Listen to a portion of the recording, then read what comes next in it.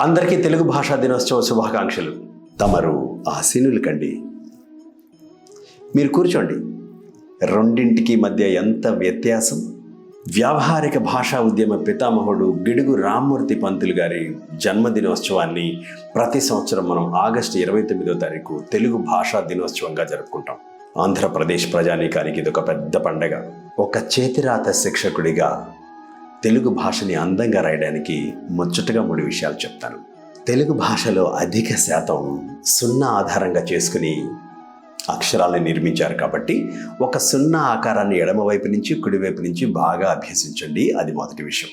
రెండవది, తెలుగు అక్షరాలు రాసేటప్పుడు నిటారుగా రాయాలి. కొంచెం కూడా ఎడమవైపుకి కుడివైపుకి వంగకుండా చూసుకోండి.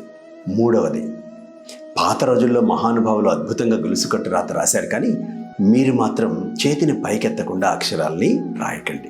ప, స మొదలైన అక్షరాలు రాసేటప్పుడు చేతిని పైకెత్తి తలకట్టు పెట్టాలి.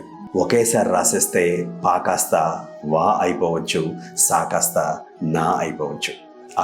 అక్షరానికి తగలకుండా, మరీ ఎక్కువ దూరం లేకుండా ఎంతో సొబగైన అక్షరాలతో అద్భుతమైన పదాల్ని రాసి తెలుగు భాషని కలకాలం నిలిచేలాగా చూసుకుందాం.